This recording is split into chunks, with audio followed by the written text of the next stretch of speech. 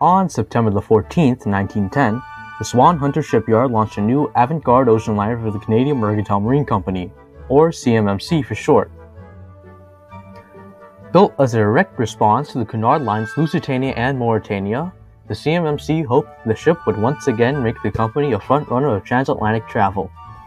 The massive ship was 260 meters long, 28 meters wide, and an estimated total of 39,455 gross registered tons. The ship was christened by the Duke of York in 1910, the future King Edward VII, and then slipped down the shipyard to an attending crowd at Swan Hunter of some 500 people at 2:30 p.m. Meanwhile, as many 5,000 other people of England, most being from outside Newcastle upon Tyne, watched on from smaller boats or from the shore as Tyrrhenian slipped down into the River Tyne. The Tyrrhenian was painted a pure white to make it appear nicer in the photographs of some 200 watching photographers, most being hired by the CMMC for publicity. Tyrrhenian was the second largest ship launched in 1910, a close second to the RMS Olympic of the White Star Line, launched some 35 daters at 11 a.m. on October the 20th.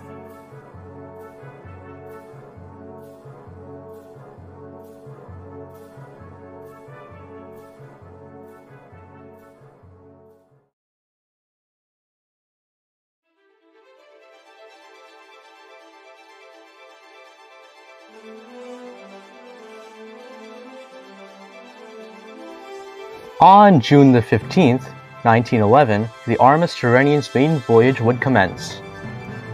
Some 26,000 would board her for her maiden voyage, and some thousands more waved on as the Tyrrhenian prepared to depart from Southampton to the New World. Sleek, enterprising, and a representation of a new era of liners, the crew of the ship and the CMMC itself were proud to have her.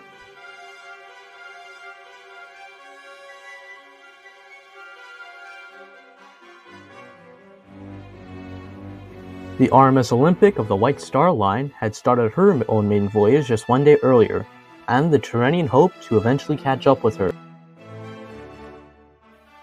Though not official, the public thought of it as a sort of rivalry between the two ships, Tyrrhenian vs. Olympic, the Canadian Mercantile Marine Company vs. the White Star Line, Canada vs. her mother empire.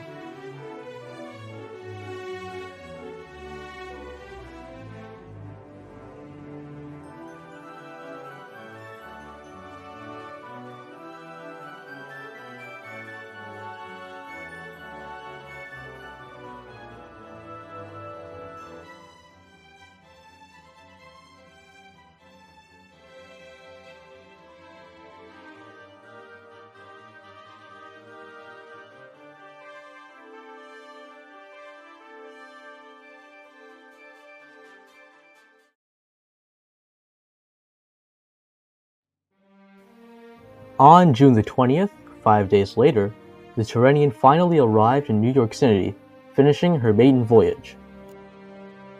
While the Olympic had finished her own maiden voyage one day earlier, the Tyrrhenian was still met with praise and glory, thousands from New York shore taking vacation days just to see the massive liner dock.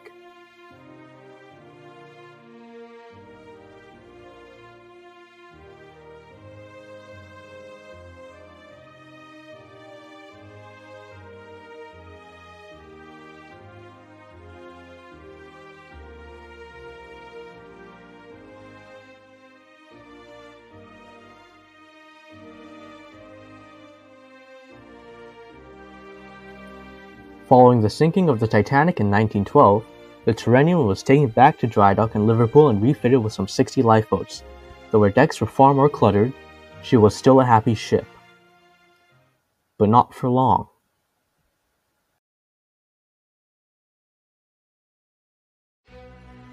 In 1914, World War I would break out following the successful assassination of Archduke Franz Ferdinand. Being a ship under the Dominion of Canada, a British Dominion, Tyrrhenian and the rest of the serving liners of the CMMC were drafted into the war soon after Britain formally declared war after Germany's attempted invasion of Belgium. Tyrrhenian, now given the HMT prefix for His Majesty's troopship, began service in December of 1914, now stripped of her illustrious civilian amenities and given wartime livery. Despite now serving under the Royal Navy, Tyrrhenian often still sailed alone along the ocean, as she did in her earlier years under the CMMC. During the 4 years of World War I, Tyrrhenian gained a notoriety for having quite peaceful voyages carrying troops to Europe. Only 2 instances of potential U-boats nearby were reported during the entire war.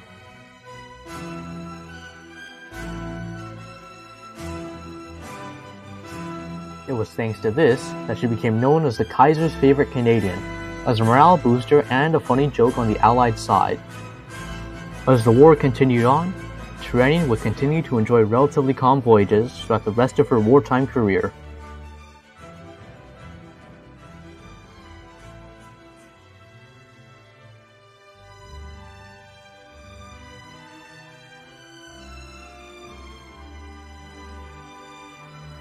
As World War I came to a close, Tyrrhenian would return back to CMMC, and she began service again on November 14, 1920.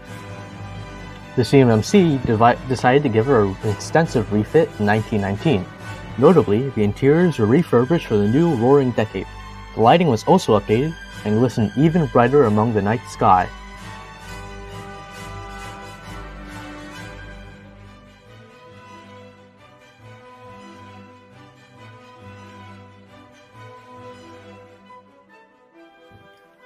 Among all the additions, most notably the engines were upgraded, and Tyrrhenian could go as fast as some 26 knots, and now competed for the Blue Ribbon against Cunard's Mauretania.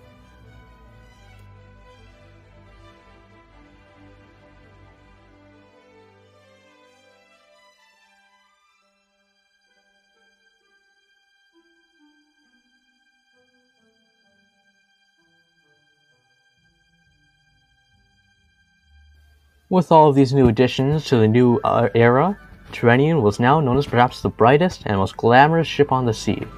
Despite now not being the largest ship, smaller than White Star Line's Majestic or Cunard Line's Berengaria, she is still a popular lady of the Atlantic, and still the pride of Canada.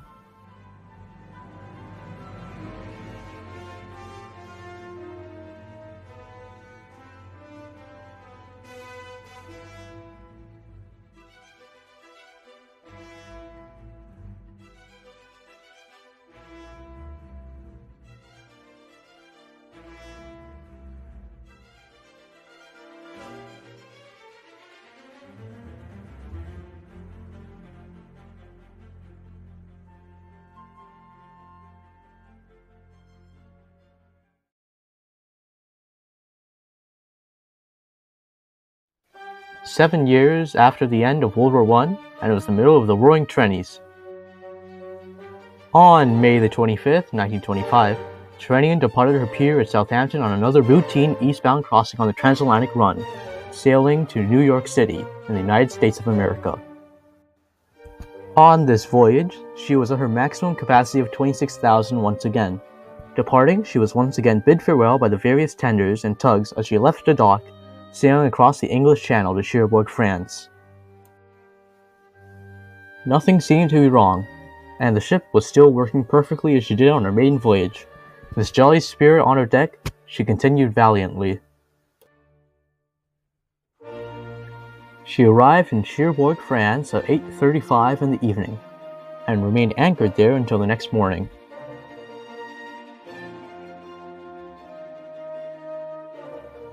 As she departed from Cherbourg to New York on the 26th, it would be, unbeknownst to the whole world, that would be the last time Tyrrhenian ever saw land. Meanwhile, across the Atlantic, the SS Richelieu of the Compagnie Maritime Française would depart from her own pier in New York on her way to Le Havre, France on the 27th.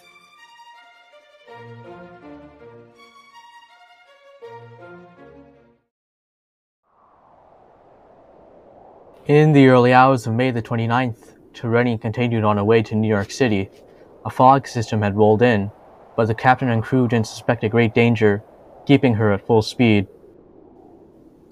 Tyrrhenian continued onward. Eventually, the wireless operators gained notice that the Richelieu was steaming by her close vicinity. The man in charge, Second Officer Edward Mullen, discarded the message. He later ordered the horn to be blown at regular intervals.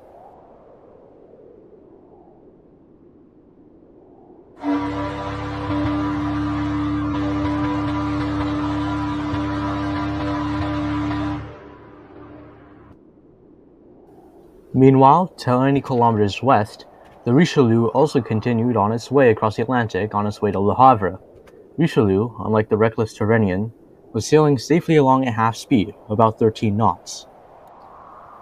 After gaining notice that Tyrrhenian wasn't slowing down, the first officer on board Richelieu, Jean Boissonnault, ordered Richelieu to also blow her horn at regular intervals.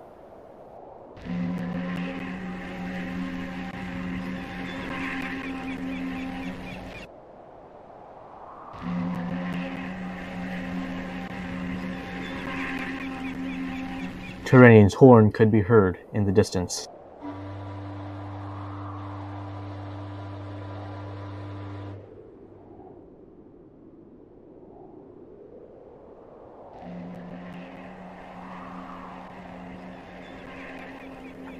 As the two ships continued, Richelieu would end up on a path heading right into Tyrrhenian's starboard side. By the time they had both sighted each other, it was far too late. Collision reportedly occurred around 4:02 in the morning. Richelieu was instantly stopped in her tracks, while Tyrrhenian continued sailing out of Richelieu's sight. Due to the force of the impact, the Tyrrhenian's watertight doors couldn't be closed. Her own fate had been sealed.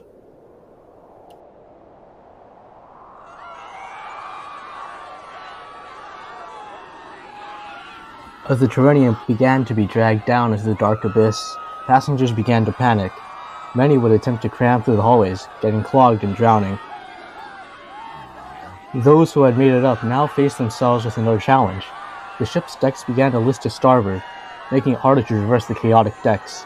The port lifeboats faced increased difficulty escaping, and eventually were completely unable to. The lifeboats on the starboard side continued to be crammed as more and more people attempted to get into them. 2 lifeboats would end up falling to the ocean, while 2 others would end up dropping on each other. As the sinking continued, water rushed further and further and further along the decks of the ship, hundreds succumbing to the enveloping sea. Hundreds of others sat in lifeboats, watching, unable to do anything. Richelieu, herself enveloped in the thick fog, unable to see the disaster going on somewhere in the flat ocean, began to send out distress calls, hoping another ship would pick up. At around 5:51 in the morning, the Tyrrhenian finally disappeared below the surface, leaving behind the screams of thousands, shrieking and yelling for aid. Yet none would come immediately.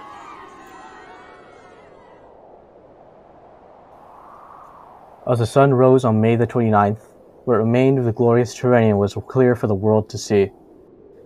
30 minutes after the Tyrrhenian had finally succumbed to the ocean, lifeboats began to row towards the crowd of people, and some 50 or so were picked up, but that was all.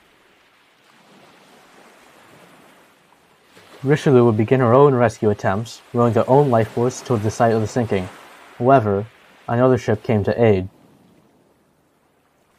It was the Onyx Line's Laptevic, which had gone to the location of the Richelieu after hearing its distress. It arrived at 6:33 in the morning.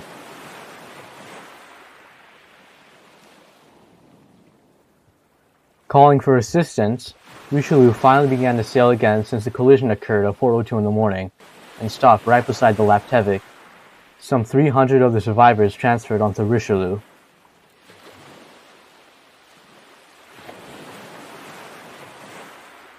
Richelieu would soon after turn back to New York City for repairs, and Laptevic would follow behind.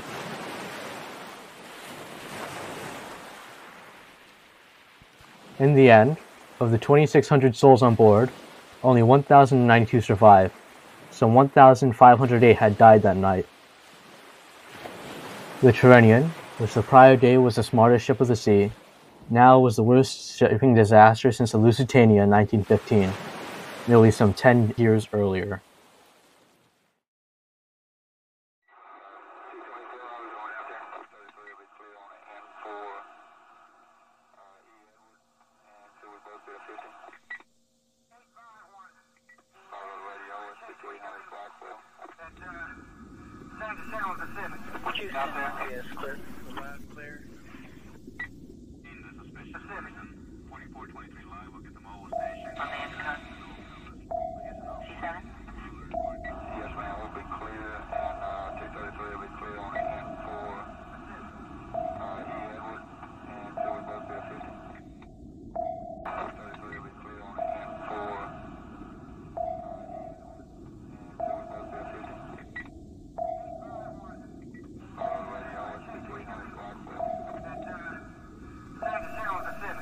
Yes, clear.